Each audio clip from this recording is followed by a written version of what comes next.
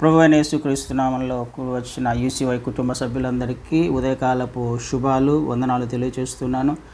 దేవాది దేవుని మహాకృప వలన మరొక రోజు మనం ఆయన సన్నిధిలో కనిపించి ఆయన వాక్యాన్ని ధ్యానం చేసుకోవడానికి మరొక అవకాశం ఇచ్చాడు. అందుని బట్టి ఆయన ఎంతగానో స్తుతిస్తూ నాకు ఇచ్చిన అవకాశాన్ని బట్టి కూడా ఆయనకు కృతజ్ఞతాస్తుతులు తెలియజేస్తున్నాను. మంచిది, మనము గత 2-3 వారాల నుంచి ఫిలమోనుకు రాసిన పత్రిక గురించి మనం ధ్యానం చేసుకుంటూ ఉన్నాం. అందులో ఉన్న 3 క్యారెక్టర్స్ ఆల్రెడీ ఫిలమోన్ గురించి నేర్చుకున్నాం, ఒనేసిము గారి గురించి నేర్చుకున్నాం. ఈరోజు పౌలు గారి గురించి, పౌలు క్యారెక్టర్ అందులో రాయించినట్టుగా పౌలు క్యారెక్టర్ ద్వారా మనం నేర్చుకోవాల్సిన ఆత్మీయ పాఠాలు ఏంటో మనం ధ్యానం చేసుకునే ప్రయత్నం చేద్దాం. ఇందాక చదువుబడిన వాక్య భాగంలో మొదటి వచనాల్లో క్రీస్తు యేసు ఖైదీ అయిన పౌలును అని తనను తాను పరిచయం చేసుకుంటున్నారు పౌలు గారు. ఆయన ఎవరో చెప్పుకునే ప్రయత్నం చేస్తున్నారు. క్రీస్తు యేసు ఖైదీ అయిన పౌలు. సహజంగా ఖైదీ అనగానే మనకు జైల్లో ఉన్నవారు జ్ఞాపకం వస్తారు. ఏదైనా తప్పు చేసి నేరం చేసి తప్పించుకుంటూ తిరుగుతూ అధికారులకు దొరకకుండా తప్పించుకుని తిరుగుతున్నప్పుడు అధికారులు పట్టుకొని జైల్లో వేస్తారు. అంటే తప్పు చేసిన వ్యక్తి జైల్లో వేయబడతాడు. కానీ తప్పు చేసిన వ్యక్తి బయటికి రావడానికి అనేక ప్రయత్నాలు చేస్తూ ఉంటాడు కదండి. నేను తప్పు చేయలేదని నిరూపించుకునే ప్రయత్నము, లేకపోతే చేసిన తప్పు క్షమాపణ అడిగి ఏ విధంగా బెయిల్ మీదనో లేకపోతే ఇంకొక పరిస్థితి ద్వారానో బయటికి రావడానికి ప్రయత్నం చేస్తూ ఉంటారు. ఎందుకు? అక్కడ ఉన్న పరిస్థితుల ద్వారా జీవించడము చాలా కష్టం. ఆ అధికారులు పెట్టే టార్చర్ కావచ్చు, లేకపోతే ఆ జైలు జీవితం అనేది చాలా కష్టంగా ఉంటుంది. కాబట్టి బయటికి రావాలని ఎంతో ప్రయత్నం చేస్తూ ఉంటారు. ఎవరు కూడా ఖైదీగా ఉండడానికి ఇష్టపడరు. అయితే ఇక్కడ పౌలు గారు క్రీస్తు యేసు ఖైదీని అని తనంతకు తాను పరిచయం చేసుకుంటున్నాడు. ఖైదీ అనగానే తప్పు చేసిన వాడు ఉండేవాడు. కానీ ఇక్కడ పౌలు గారు తనంతకు తానుగానే క్రీస్తు వారికి ఖైదీగా మారిపోయాడు. తప్పు చేసి కాదు, క్రీస్తు వారి యొక్క ప్రేమను రుచి చూసి అందులో నుంచి బయటికి రావడానికి ఇష్టపడట్లా. క్రీస్తు వారు ఎందుకు వచ్చారో ఈ లోకంలోకి, ఆయన యొక్క త్యాగం ఏంటో, ఆయన ప్రణాళిక ఏంటో స్పష్టంగా బయలుపరచబడిన వాడు పౌలు గారు కదండి. క్రీస్తు వారితో ప్రత్యేకమైన ఎన్కౌంటర్ కలిగిన వాడు పౌలు గారు. ఆయన ప్రేమను, ఆయన ప్రణాళికను రుచి చూసిన వాడు పౌలు గారు. అందుకనే తను దాసునిగా ఉండడానికి ఇష్టపడుతూ ఉన్నాడు. క్రీస్తు వారికి దాసునిగా ఉండడానికి ఇష్టపడుతున్నాడు. జైల్లో ఉన్నారంటే చెప్పింది చెప్పినట్టు చేయాలి, దాసులుగా ఉండాలి. అక్కడ మన ఇష్టం వచ్చినట్టు ప్రవర్తించడానికి లేదు. దానికంటే ఎక్కువగా తనను తాను ఇష్టపూర్వకంగా క్రీస్తు వారికి సమర్పించుకొని దాసునిగా ఉండడానికి, బయటికి రావడానికి ఇష్టపడకుండా ఆయన ఏ మార్గాలను బోధించాడో, ఏ చిత్తము చేయమని చెప్పాడో, ఏ విధంగా జీవించాలని ఆజ్ఞాపించాడో వాటన్నిటికీ కట్టుబడి వాటి నుంచి బయటికి రావడానికి ఇష్టపడక ఆ మార్గాలలో ఉన్న మేలులేంటో, ఆ వాక్యంలో ఉన్న అర్థం ఏంటో, అలా జీవించడం వలన ఏ ఆశీర్వాదాలు పొందుకోవచ్చో పౌలు గారికి ఖచ్చితంగా స్పష్టంగా తెలుసు. కాబట్టే అందులోనే ఉండడానికి ఇష్టపడుతున్నాడు, బయటికి రావడానికి ఇష్టపడట్లా కదండి. ఆలోచన చేసే ప్రయత్నం చేద్దాం. చాలాసార్లు ఈ మాట మనకు రాయబడింది. ఎఫెసీయులకు రాసిన పత్రిక 4:3లో, అదేవిధంగా 3:1లో కూడా ఆయన నేను క్రీస్తు యేసు ఖైదీని అని పరిచయం చేసుకుంటాడు కదండి. 4:3లో కూడా ఆ మాటను చూస్తాం. ప్రభువును 3వ వచనము చివరి భాగంలో 4వ అధ్యాయము ఎఫెసీయులకు రాసిన పత్రిక, ప్రభువును బట్టి ఖైదీనైన నేను మిమ్మును బతిమాలు కొనుచున్నాను. 3వ అధ్యాయంలో కూడా ఆయన అదే మాట, ఖైదీనైన పౌలను నేను ప్రార్థించుచున్నాను. తనను తాను పరిచయం చేసుకోవడానికి ఇష్టపడుతున్నాడు, క్రీస్తు ఖైదీగా ఉండడానికి. ప్రభువును బట్టి నేను ఖైదీని అయిపోయాను, నేను బ్రతిమలాడుకొనుచున్నాను, నేను ప్రార్థన చేస్తున్నాను, మీరు కూడా ఇలా తయారవ్వండి, మీరు కూడా ఇలా ఉండండి. ఎందుకు? అందులో ఉన్న ప్రేమ ఏంటో, క్రీస్తు వారి మార్గాలు ఏంటో అర్థమవుతే, ఆయనతో ఒక ఎన్కౌంటర్ చేయబడితే, సత్యమును గ్రహించే ప్రయత్నం చేస్తే అందులో నుంచి రావడానికి మీరు కూడా ఇష్టపడరు. అందులో ఉన్న మేలులేంటో ఆశీర్వాదాలేంటో మీకు అర్థమవుతే బయటికి రావడానికి మీరు కూడా ఇష్టపడరు అన్నది దాని యొక్క ఉద్దేశం. ఖైదీగా మారిపోవడం, క్రీస్తు ఖైదీగా మారిపోవడం కదండి. ఎంత తనను తాను ఒక అద్భుతమైన టైటిల్ ఇచ్చుకుంటున్నాను, నేను ఖైదీని. అందులో ఉన్న ఆశీర్వాదాలు మనకు కూడా అర్థమవ్వాలి. ఎంతగా తను మారిపోయాడు అని అంటే రోమీలకు రాసిన పత్రిక 8వ అధ్యాయంలో, రోమీలకు రాసిన పత్రిక 8వ అధ్యాయము 35వ వచనాన్ని ఒకసారి చదువుదాం.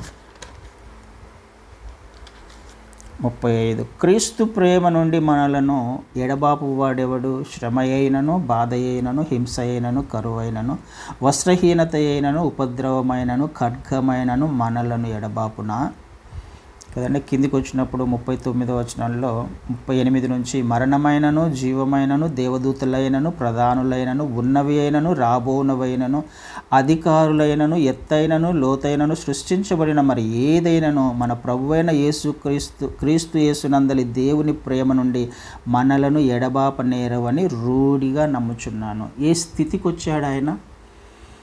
ఈ లోకంలో ఉన్న ఏ అధికారమైనా క్రీస్తు ప్రేమ నుండి మనలను దూరం చేయలేవు. ఏ స్థితికి వెళ్ళిపోయాడో చూడండి. తనకి ఏది అవసరం లేదు, తనకి ఇంకా ఈ లోకంలో ఏది అవసరం లేదు. ఏ శ్రమ వచ్చినా భరించడానికి ఇష్టపడుతున్నాడు, ఏ నింద వచ్చినా భరించడానికి, హింస అయినా, బట్టలు లేకపోయినా, వస్త్రహీనత అయినా, ఉపద్రవమైన, ఖడ్గమైన, ఎంతగా క్రీస్తు ప్రేమలో మునిగిపోయాడు. క్రీస్తు మార్గాన్ని అనుసరించడంలో, ఆయన చిత్తాన్ని చేయడంలో ఎంతగా పౌలు గారు మునిగిపోయారంటే తనను తాను సమర్పించుకోవడానికి, తన ప్రాణాన్ని కూడా లెక్క చేయకుండా ఆయన మార్గంలో జీవించడానికి ఇష్టపడినవాడు పౌలు గారు.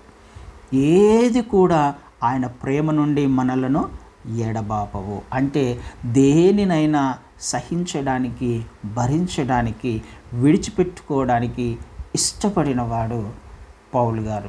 ఇష్టముతో చేసినప్పుడు ఈ స్థాయికి వస్తాం. దేవుని వాక్యము, క్రీస్తుల వారి యొక్క మాటలు, మార్గాలు, ఉపదేశము మనకు ఇష్టమైనప్పుడు ఆ స్థాయికి వెళ్ళగలం కదండి.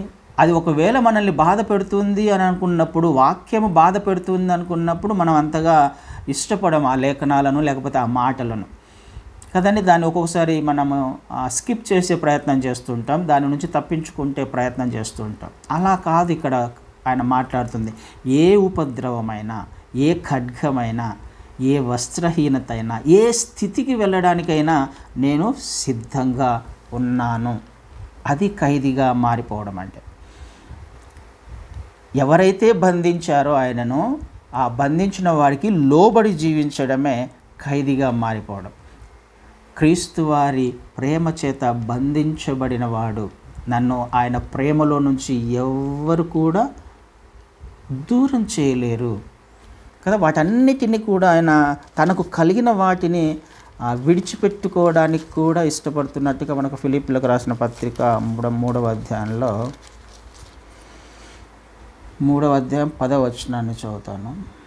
ఏ విధము చేతనైనను మృతులలో నుండి నాకు పునరుత్థానము కలగవలనని ఆయన మరణ విషయంలో సమానానుభవము గలవాడనై ఆయనను, ఆయన పునరుత్థాన బలమును ఎరుగు నిమిత్తము, ఆయన శ్రమలలో పాలివాడనగుట ఎట్టుదో ఎరుగు నిమిత్తము సమస్తమును నష్టపరుచుకొని వాటిని పెంటతో సమానంగా ఎంచుకున్నాను. ఎందుకు ఇంతగా క్రీస్తు వారి ప్రేమలో బంధించబడ్డాడు అని అంటే ఆయనకు తెలుసు తర్వాత కాలము ఎలా రాబోతుందో. దేనికోసం ఈ ప్రయాస అని అంటే తనకు కలిగి ఉన్నదంతా నష్టముగా, పెంటగా ఎంచుకుంటున్నాడు. యాక్చువల్గా తాను బాగా రిచ్ కదండి, చాలా ధనికుడు, జ్ఞానం ఉన్నవాడు, లోకంలో ధర్మశాస్త్రం ప్రకారము నీతిగా జీవించిన వాడు, బ్లేమ్లెస్గా జీవించాడు ధర్మశాస్త్రం ప్రకారం. అన్నిటిలో కూడా పర్ఫెక్ట్గా ఉన్నాడు పౌలు గారు ఈ లోకానుసారంగా. చాలా ధనవంతుడు, చాలా జ్ఞానము కలిగిన వాడు. కానీ తను కలిగి ఉన్నదంతా నష్టముగా ఎంచుకొని వదిలిపెట్టేసుకొని శ్రమలు పడడానికి, క్రీస్తు వారితో పాటుగా సమాన అనుభవమును, శ్రమలలో సమాన అనుభవము తన శరీరములో భరించడానికి ఇష్టపడడానికి ఒక కారణం ఏంటి అంటే ఆయన పునరుత్థానములో అనే మాట రాయబడింది కదా. ఏ విధము చేతనైనను మృతులలో నుండి నాకు పునరుద్ధానము కలుగవలననే. ఇది కదండి మనకు కావాల్సింది. ఇది అర్థమవుతే క్రైస్తవులకు ఇది అర్థం అవ్వాలి. పునరుత్థానము, తిరిగి లేవడము. క్రైస్తవుడు మరణించడానికి, నిత్య నరకానికి అప్పగించడానికి సృష్టించబల్ల. క్రీస్తువారు ఈ లోకంలోకి ఎందుకు వచ్చారో ఈ విషయము పౌలు గారికి స్పష్టంగా తెలుసు. మరి మనకు తెలుసా తెలీదా? క్రీస్తువారు ఎందుకు వచ్చారో నాకు తెలిస్తే, ఆయన పునరుద్ధానుడై తిరిగి లేచాడు అనే విషయం నాకు అర్థమైతే, ఆయననే పునరుత్థానము అని ఆయన తనను తాను పరిచయం చేసుకున్నాడు. యోహాను సువార్తలో 11వ అధ్యాయంలో మనం చూస్తాం. లాజరస్ సందర్భంలో నేనే పునరుత్థానము అంటాడు. ఆయనే పునరుత్థానము, మరణించి తిరిగి లేచిన వాడు. ఇప్పుడు ఖైదీగా మారిపోతే పౌలు గారు ఏమైపోతాడు? తను చెప్పినది చెప్పినట్టుగా చేసుకుంటూ ఆయన మార్గంలో జీవించే ప్రయత్నం చేస్తే, ఏదైతే ఈ లోకములో తనకు సుఖాన్ని, సంతోషాన్ని, ఆనందాన్ని ఇస్తుంది అని లోకములో ఒకప్పుడు అనుకున్నాడో, వాటి అన్నిటిని ఇప్పుడు పెంటగా ఎంచుకోవడానికి కారణం ఏంటి అంటే, పునరుత్థానంలో నేను కూడా ఉండాలి. ఇవన్నీ ఏం చేస్తాయి? పునరుత్థానంలో ఉండాలి నేను అని అంటే, ఇప్పుడు ఇవన్నీ కూడా పునరుత్థానములో నన్ను ఉంచలేవు. ఏవి? ఈ లోకంలో నేను ఏవైతే ఇష్టంగా చూసుకునే ప్రయత్నం చేస్తున్నానో, ఏదైతే నాకు కలిగి ఉన్నానో దాని పట్ల నేను ఆశ పెంచుకున్నట్లయితే, లోకంలోని విషయాల పట్ల ఆసక్తి కలిగి ఉన్నట్లయితే, క్రీస్తు వాక్యము పట్ల శ్రమ పడకపోతే, అవమానాలు, నిందలు భరించకపోతే, ఆయన మార్గము కష్టంగా ఉందని ఆయన మార్గాన్ని విడిచిపెడితే నాకు నిత్యత్వము రాదు. పునరుత్థానంలో నేను ఉండలేను కదండి. ఇది అర్థం అవ్వాలి. పునరుత్థానం యొక్క శక్తి ఏంటో, పునరుత్థానంలో ఉన్న ఆ ధన్యత, ఆధిక్యత ఏంటో పౌలు గారికి తెలుసు. అందుకనే క్రీస్తు వారిలోనే ఉండడానికి, ఖైదీగా ఉండడానికి ఆయన ఇష్టపడుతున్నాడు. దేనినైనా భరించడానికి, దేనినైనా విడిచిపెట్టుకోవడానికి కదండి. ఇది పౌలు గారికి అర్థమైంది, మనకు అర్థం అవ్వాలి. ఎంతవరకు ఆయన ఖైదీగా మనం ఉన్నాం, ఆయనకు మనల్ని మనము సమర్పించుకొని ఆయన చెప్పినట్టుగా చేసేవారంగా ఉన్నాం. ఒక్కసారి ఆలోచన చేసే ప్రయత్నం చేద్దాం. ఇందాక చదవబడినట్టుగా మనం ఏ శ్రమనైనా సహించడానికి, భరించడానికి ఇష్టపడుతున్నామా? అవమానాలు, నిందల గుండా వెళ్ళడానికి ఇష్టపడుతున్నామా? తప్పించుకుంటున్నామా? మాటకు మాట అంటున్నామా? మనము కలిగి ఉన్న దానిని పట్టుకునే వేలాడే ప్రయత్నం చేస్తున్నామా? పౌలు గారు అలా చేయాల. పునరుత్థానంలో మనము ఉండాలి. ఆయనతో పాటుగా మనము కూడా తిరిగి లేవాలి కదండి. పునరుత్థానంలో మనం ఉండాలి అని అంటే చేయవలసిన పని ఖైదీగా మారిపోవడం, ఆయన మార్గాలను హత్తుకోవడం ఇష్టపూర్వకంగా. మామూలుగా ఖైదీలు ఇష్టపూర్వకంగా వెళ్ళరు, కానీ ఇష్టపూర్వకంగా మనము ఖైదీగా మారిపోవడం. ఇష్టం ఉంటే అన్నీ చేస్తాం, ఆయన మార్గాలు మనకు ఇష్టం అవుతాయి. ఇది మనకు అర్థం కావాలి. ఎంతవరకు మన జీవితాలు ఈ విధంగా ఉన్నాయి? నన్ను వెంబడించండి అన్నాడు ఆయన. నేను క్రీస్తు వారిని వెంబడించాను, మీరు నన్ను వెంబడించండి. మరి మనము వెంబడించే ప్రయత్నంలో ఈ ఆలోచన ధోరణి, ఈ ఆత్మీయ జీవితాన్ని కలిగి ఉన్నామా లేదా? ఒక్కసారి పరీక్షించుకునే ప్రయత్నం చేద్దాం. అది ఒక లక్షణము, క్రీస్తు వారి పట్ల ఆయనకున్న లక్షణం అది కదా. క్రీస్తు వారు కూడా అందుకనే వచ్చారు. ఏ విధంగా ఆయనను పోలి జీవించాడు అనే ఒకవేళ మనం ఆలోచన చేస్తే, క్రీస్తు వారిని ఎలా పోలి జీవించాడు అని అంటే ఇలా పోలించారు. క్రీస్తు వారు ఎందుకు వచ్చారు ఈ లోకంలోకి? తండ్రి చిత్తమును నెరవేర్చడానికి. తండ్రికి తనను తాను సమర్పించుకొని శ్రమ అయిన, కష్టమైన, అవమానము, నిందను భరించాడు క్రీస్తు వారు మన కొరకే కదండి. ఆయన మరణానికి కూడా అప్పగించుకోవడానికి ఇష్టపడ్డాడు. సిలువ మరణం పొందడానికి కూడా ఇష్టపడిన వాడు క్రీస్తు వారు. ఆయన మార్గంలో నడిచిన వాడే అదే శ్రమల్లో సమాన అనుభవాన్ని సంపాదించడానికే సమస్తమును కూడా పెంటగా ఎంచుకున్నవాడే క్రీస్తు మార్గములో జీవించే ప్రయత్నం చేశాడు. క్రీస్తు వారు ఏ శ్రమలు పడ్డాడో ఆ శ్రమలలో నేను కూడా సమాన అనుభవమును పొందాలి అని ఆయనను వెంబడించే ప్రయత్నం అది కదండి. అలా జీవించాను, నేను క్రీస్తును పోలి జీవించాను. ఇంకొక మాట చదువుకుందాం. అక్కడ ఇంకొక మాట రాయబడింది ఫిలెమోనుకు రాసిన పత్రికలో, క్రీస్తు ఖైదీ అయిన పౌలును సహోదరుడైన తిమోతియును మా ప్రియుడును జతపనివాడునైన ఫిలెమోనుకు, జతపనివాడైన ఫిలెమోనుకు అనే మాట చూస్తున్నాం. ఫిలెమోను ఎవరండి? సువార్త ద్వారా, క్రీస్తు సువార్త, పౌలు గారు చెప్పిన క్రీస్తు సువార్త ద్వారా రక్షించబడిన వాడు ఫిలెమోను, ఆత్మీయ కుమారుడు పౌలు గారికి. అంటే పౌలు గారు వయస్సులో పెద్దవాడు, ఆత్మీయతలో పెద్దవాడు, చాలా పెద్దవాడు. నిన్న మొన్న రక్షించబడిన వాడు ఫిలెమోను. అయితే ఫిలెమోనును ఏ విధంగా చూసే ప్రయత్నం చేస్తున్నాడు? నా తోటి జత పనివాడు కదండి. మా ప్రియుడు జత పని అంటే నాతో సమానంగా దేవుని పరిచర్యలో వాడబడుతున్నవాడు. ఏ విధమైన చూపు ఉంది తనకి? ఏ విధంగా తన తోటి వారిని చూసే ప్రయత్నం చేస్తున్నాడు? తనతో సమానంగా. ఏ సేవకుడు ఇలాంటి స్థితిలో ఈ మధ్య కాలంలో ఉండడు.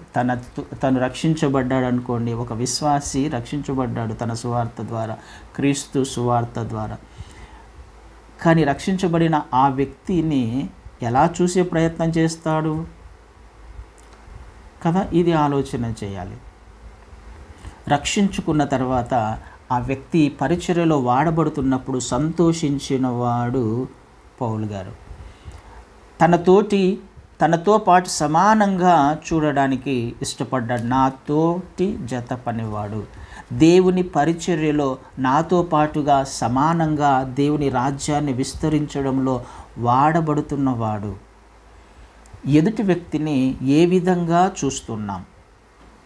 ఎదుటి పరిచర్య చేసేవాడిని, లేకపోతే సేవ చేసేవాడిని, మనతో పాటుగా సేవ చేసేవాడిని, లేకపోతే మనము సువార్త చెప్పినప్పుడు రక్షించబడిన వ్యక్తి ఆశీర్వదించబడుతున్నప్పుడు, ఆత్మీయతలో ఎదుగుతున్నప్పుడు ఆ వ్యక్తి యొక్క చూపు ఎలా ఉంది, ప్రవర్తన ఎలా ఉంది, హృదయ స్థితి ఎలా ఉంది, ఏ విధమైన ఆలోచన చేస్తున్నాడు రక్షించబడిన వ్యక్తి గురించి? పౌలు గారైతే తనతో పాటుగా పరిచర్య చేస్తున్నందుకు సంతోషిస్తున్నాడు. నా తోటి జత పనివాడు అనే మాట మనం చూస్తాం. ఎందుకు? ఈ విషయం పౌలు గారికి తెలుసు. అలా చేయకపోతే ఏమవుతుందో ఆయనకు తెలుసు, అలా చూడకపోతే ఏమవుతుందో ఆయనకు తెలుసు. ఫిలిప్పీలకు రాసిన పత్రికలోనే 2వ అధ్యాయం ఒకసారి చూద్దాం. ఫిలిప్పీలకు రాసిన పత్రికలో 2వ అధ్యాయము 3వ వచనాన్ని చదువుతాను. కక్ష చేతనైనను వృధాతిశయము చేతనైనను ఏమీ చేయక వినయమైన మనస్సు గలవారై ఒక్కరినొకడు తన కంటే యోగ్యుడని ఎంచుచు. ఏం చేయాలని దేవుని లేఖనాలు సెలవిస్తూ ఉన్నాయి? ఒకరికంటే ఒకరు యోగ్యులుగా ఎంచడం. ఎదుటి వ్యక్తి నాకంటే యోగ్యుడు. విశ్వాసంలోకి వచ్చిన తర్వాత మన ఆలోచన ధోరణి ఎలా ఉండాలి? క్రైస్తవులముగా మనం మార్చబడిన తర్వాత ఎదుటి వ్యక్తిని మనం ఏ సందర్భంలో కూడా తక్కువ చేసి చూడకూడదు కదండి. ఎదుటి వ్యక్తి పట్ల దేవుని ప్రణాళిక ఏంటో మనకు తెలియదు, నీకు నాకు తెలియదు. ఎదుటి వ్యక్తి పట్ల దేవుడు ఏ విధమైన ఆలోచన కలిగి ఉన్నాడో, ఏ విధంగా వాడుకోబోతున్నాడో ఆయనకు తెలుసు. అందునిమిత్తమే ఆయన వాక్యం ద్వారా ఆయన రక్షించుకున్నాడు ఎదుటి వ్యక్తిని. ఆయన కలిగి ఉన్న ప్రణాళికను నేను ఏ విధంగా అడ్డుకుంటాను?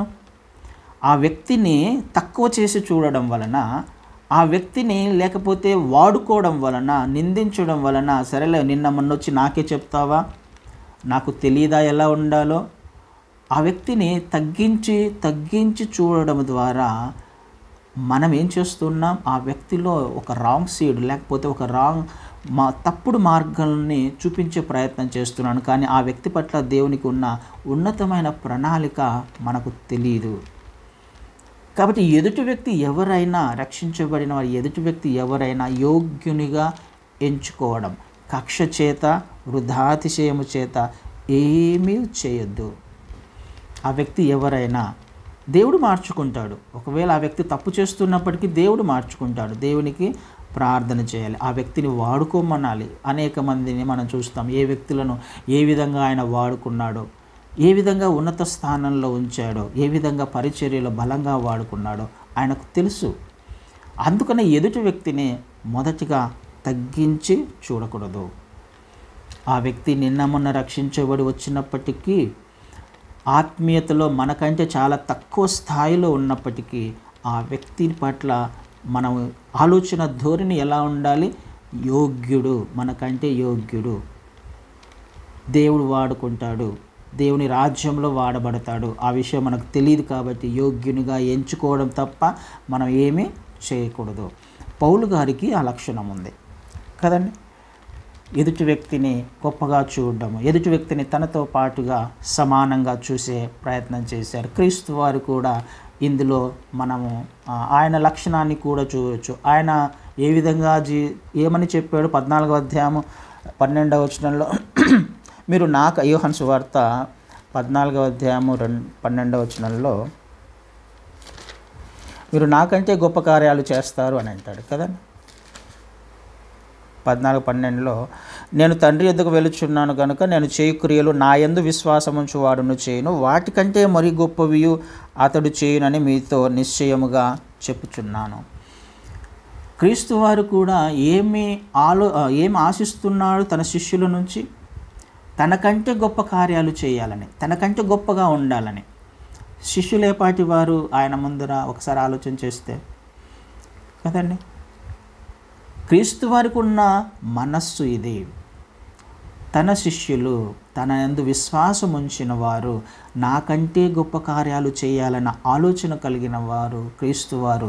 ఆయనను వెంబడించడానికి ఇష్టపడిన వారు. పౌలు గారు ఫిలమోనును తనతో పాటుగా జత పనివాడిగా చూసే ప్రయత్నం చేస్తున్నాడు. ఇది ఆయనలో ఉన్న మరొక అద్భుతమైన లక్షణము. ఇంకొక మాట చూద్దాం. ఫిలమోనుకు రాసిన పత్రికలో 8:10 వచనాన్ని చదువుతాను. 8 నుంచి 2 కలిసి ఉన్నాయి కదా. కావున యుక్తమైన దానిని గూర్చి నీకు ఆజ్ఞాపించుటకు క్రీస్తునందు నాకు బహుధైర్యం కలిగి ఉన్నను. వృద్ధుడను ఇప్పుడు క్రీస్తు యేసు ఖైదీనై ఉన్న పౌలను నేను ప్రేమను బట్టి వేడుకొనుట మరీ మంచిదనుకొని నా బంధకములలో నేను కనిన నా కుమారుడకు ఒనేసీము కోసము నిన్ను వేడుకొనుచున్నాను. ఏం చేస్తున్నాడండి? వేడుకుంటున్నాను అని అంటున్నాడు. ఎవరు వేడుకుంటున్నారు? పౌలు గారు ఫిలమోనుకు రాస్తూ నేను నిన్ను వేడుకుంటున్నాను, బ్రతిమలాడుకుంటున్నాను. ఎందుకంటే అంతగా అవసరం అది ఆయనకి. అందుకని ఆయన ఆ మాట అన్నాడు కూడా. 8వ వచనంలో యుక్తమైన దానిని గూర్చి నీకు ఆజ్ఞాపించుటకు క్రీస్తునందు నాకు బహుధైర్యము కలిగి ఉన్నను. నిన్ను ఆజ్ఞాపించవచ్చు, నేను ఒనేసీమును క్షమించి పంపిస్తున్నాను, ఆయన తప్పును క్షమించేసి పంపించేస్తున్నాను అని అనట్లా, ఆజ్ఞాపించట్లా, నేను వేడుకుంటున్నాను అంటున్నాడు. అధికారము చెలాయించలేకపోతే ఆజ్ఞాపించే అవకాశం ఉన్నప్పటికీ అలా చేయడంలా కదండి. ఎంత అద్భుతమైన లక్షణము! ఎంతగా తనను తాను తగ్గించుకుంటున్నాడు. తగ్గింపు స్వభావము కలిగిన వాడు కదండి.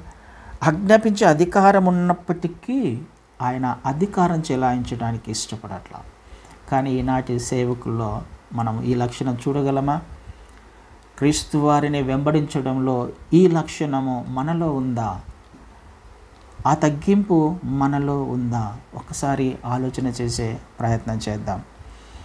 ఎదుటి వ్యక్తి మేలును కోరుకోవడం, ఎదుటి వ్యక్తి యొక్క ఆత్మీయ అభివృద్ధిని కోరుకోవడం, ఆత్మీయంగా ఎదుగుతుంటే అసూయపడే వాళ్ళు చాలామందిని మనం చూస్తాం. కానీ ఆత్మీయంగా ఎదగడానికి సహకరించే వాళ్ళు ఎంతమంది ఉన్నారో ఒకసారి ఆలోచన చేసే ప్రయత్నం చేద్దాం. తనను తాను ఎంతగా తగ్గించుకుంటున్నాడు. నేను నిన్ను వేడుకుంటున్నాను, ఒనేసీమును పంపిస్తున్నాను, నేను నిన్ను బ్రతిమలాడుకుంటున్నాను. ఇది క్రీస్తు వారి స్వభావం కాదా? కదండి. ఆయన క్రీస్తు వారు అన్నిట్లో తగ్గించుకున్నాడు. ఎంతగా తగ్గించుకున్నాడు? తన మహిమను విడిచిపెట్టి వచ్చాడు. దేవునితో సమానంగా ఉండే భాగ్యాన్ని విడిచిపెట్టి వచ్చాడు. సాధారణమైన ఒక మనిషిగా, అందులో దాసునిగా జన్మించడానికి ఇష్టపడ్డాడు, తగ్గించుకున్నాడు కదండి.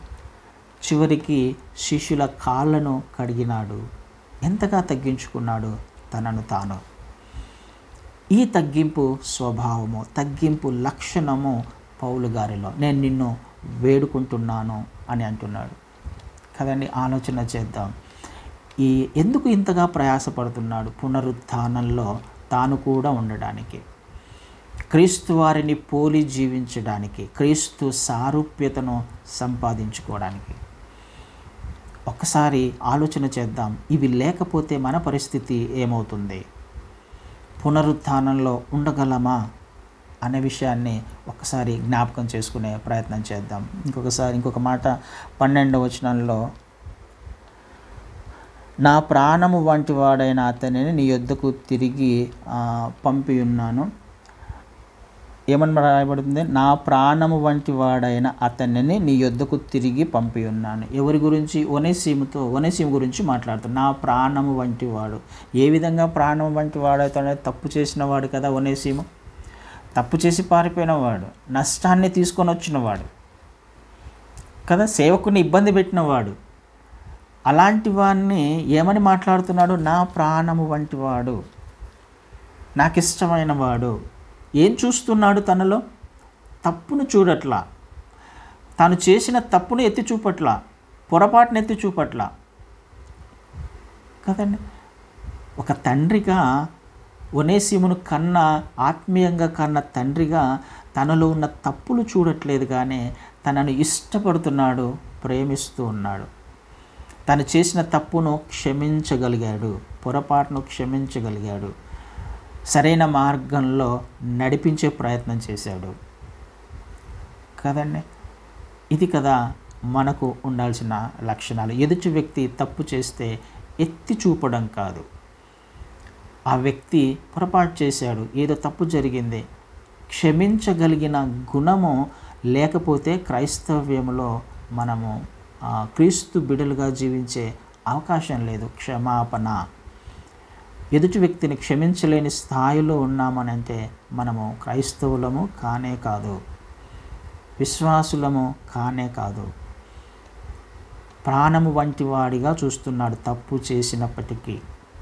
క్రీస్తు వారి లక్షణము. ఆయన కూడా అదే. నేను ఎప్పుడు కూడా మీ పాపాలను జ్ఞాపకం చేసుకోను అంటాడు. హెబ్రీయులకు రాసిన పత్రిక 8వ అధ్యాయంలో ఈ విషయం మనకు తెలుసు, కానీ ఒకసారి చదివే ప్రయత్నం చేస్తాను. 8:12లో, నేను వారి దోషముల విషయమై దయ కలిగి వారి పాపములను ఇక ఎన్నడూను జ్ఞాపకము చేసుకొనను. క్రీస్తు వారికి ఉన్న అద్భుతమైన లక్షణము క్షమించే గుణము, క్షమించే తత్వము. ఆయన క్షమించాడు కాబట్టే మనం రక్షించబడ్డాం. ఎందుకు క్షమించాలి? రక్షించబడడానికి, ఎదుటి వ్యక్తిలో ఒక మార్పును తీసుకురావడానికి, ఆ వ్యక్తి హృదయంలో దేవుని గురించిన ప్రేమను చూపించడానికి. క్షమించగలిగితే ఎదుటి వ్యక్తిలో కార్యం జరుగుతుంది కాదండి. ఆలోచన చేసే ప్రయత్నం చేద్దాం. క్రీస్తు వారు కలిగి ఉన్న లక్షణము క్షమాపణ, తగ్గింపు జీవితము. పౌలు గారు కూడా ఆ మార్గంలోనే నడిచే ప్రయత్నం చేస్తూ ఉన్నారు. ఇంకొక మాట చదివి ముగించే ప్రయత్నం చేస్తాను. చివరి కిందికి వచ్చినప్పుడు 18వ వచనంలో, అతడు నీకు ఏ నష్టమైనను కలగచేసిన ఎడలను, నీకు ఏమైనా రుణమున్న ఎడలను అది నా లెక్కలో చేర్చుము. ఏమని మాట్లాడుతున్నారండి? నిజమే, నీకు నష్టం కలగజేశాడు, తప్పు చేశాడు, ఏదో పొరపాటు చేసేసి ఆయన పారిపోయి వచ్చాడు. ఆయన చేసిన నష్టం ఏదైనా ఉంటే, ఒనేసిము చేసిన నష్టం ఏదైనా ఉంటే దానికి నేను వెల చెల్లిస్తా కదా. ఎదుటి వ్యక్తి గురించి వెల చెల్లించడానికి, తన అకౌంట్లో వేసుకోవడానికి, ఎదుటి వ్యక్తి పాపమును క్షమించి, చేసిన తప్పును క్షమించి దానికి రీపే చేయడానికి పౌలు గారు ఇష్టపడ్డాడు. నేను చెల్లిస్తాను కానీ ఆ వ్యక్తిని క్షమించు కదండి. ఇది కదా కలిగి ఉండాల్సిన లక్షణం. ఎదుటి వ్యక్తి తప్పు చేసినప్పుడు, ఎదుటి వ్యక్తి పాపం చేసినప్పుడు, పొరపాటు చేసినప్పుడు, ఏదైనా నష్టం కలుగజేసినప్పుడు ఈ నష్టం ఎవరు భరిస్తాడు? ఈ నష్టాన్ని ఎవరు తీసేస్తారు? ఊరికి వచ్చిందా మాకు? విశ్వాసి గురించే, లేకపోతే ఇంకొకరి గురించే, తోటి సహోదరుని గురించే. పొరపాటు జరిగి ఉంది, కానీ ఆ పొరపాటును క్షమించే స్థాయిలో ఒకవేళ మనం లేకపోతే, ఆ నష్టాన్ని భరించే స్థాయిలో మనం లేకపోతే క్రీస్తు వారి మార్గంలో అనుసరించే వారం కాదు. ఎందుకు? ఆయన ఈ లోకంలోకి వచ్చి ఆయన ప్రాణాన్ని వెలగా చెల్లించాడు కదండి. ఏమిచ్చి ఆయన రుణం తీర్చుకోగలం?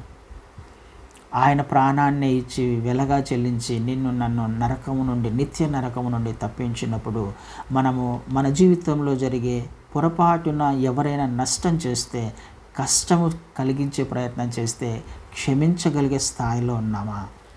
ఆ నష్టాన్ని భరించగలిగే స్థాయిలో ఉన్నామా? పౌలు గారు ఆ నష్టాన్ని నేను భరిస్తాను అని అంటున్నాడు. క్రీస్తు వారు మనకు ప్రతిగా ఆయన వెల చెల్లించాడు. మరి నువ్వు నేను వెల చెల్లించగలిగే స్థాయిలో ఉన్నట్లయితే ధన్యులము. ఆయన మార్గంలో జీవించే ప్రయత్నం చేస్తూ ఉన్నాం. ఆలోచన చేసే ప్రయత్నం చేద్దండి. ఈ లక్షణాలన్నీ క్రీస్తు వారు కలిగి ఉన్న లక్షణాలు. క్రీస్తును పోలి నేను జీవించాను, మీరు నన్ను పోలి జీవించండి. కేవలం ఈ 25 వచనాలు ఉన్న ఇందులో మాత్రమే కొన్ని లక్షణాలను మనం చూసాం. పౌలు గారు అనేకమైన క్రీస్తు వారు కలిగి ఉన్న లక్షణాలు కలిగి ఉన్నారని మనకు తెలుసు. జీవించే ప్రయత్నం చేశాడు. ఎందుకు? పునరుత్థానంలో ఆయన కూడా ఉండడానికి ఇష్టపడుతున్నాడు. మరి మనము ఆ అద్భుతమైన పునరుత్థానంలో ఆయనతో పాటుగా తిరిగి మనం కూడా క్రీస్తుతో పాటుగా తిరిగి లేవాలి అని అనుకుంటే ఈ లక్షణాలు ఖచ్చితంగా మన జీవితంలో కూడా ఉండాలి.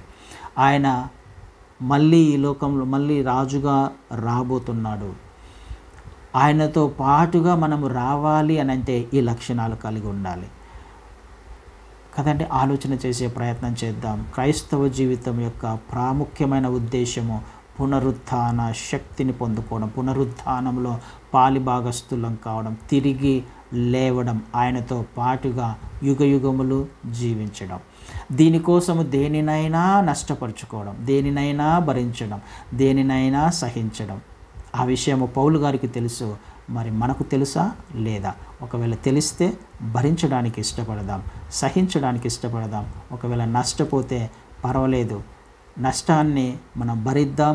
ఆ వ్యక్తి గురించి ప్రార్థన చేద్దాం, క్షమిద్దాం. ఆ వ్యక్తిని పరలోక రాజ్యంలో లేకపోతే క్రీస్తు వారి మార్గంలో నడిపించే ప్రయత్నం చేద్దాం. ఇదంతా దేని కొరకు? ఆత్మలను సంపాదించుకోవడానికే కదా. క్రీస్తు వారు వచ్చింది ఎందుకు? ఇదంతా ఎందుకు భరించాడు? రక్షణ కార్యం జరిగించడానికి, ఆత్మలను రక్షించడానికి, నరకము నుండి అనేక మందిని రక్షించడానికి. పౌలు గారు చేసిన, నీవు నేను మనము చేసిన ఇందుకోసమే చేయాలి. ఆత్మలను రక్షించుకోవడమే మన బాధ్యత. మనము రక్షించబడాలి. మన తోటి వారిని రక్షించుకునే అవకాశము దేవుడు మనకిచ్చాడు. ఈ లక్షణాల ద్వారా మనం ఇతరులను రక్షించుకోగలము. ఆమేన్. అట్టి కృప దేవుడు మనందరికీ అనుగ్రహించును గాక.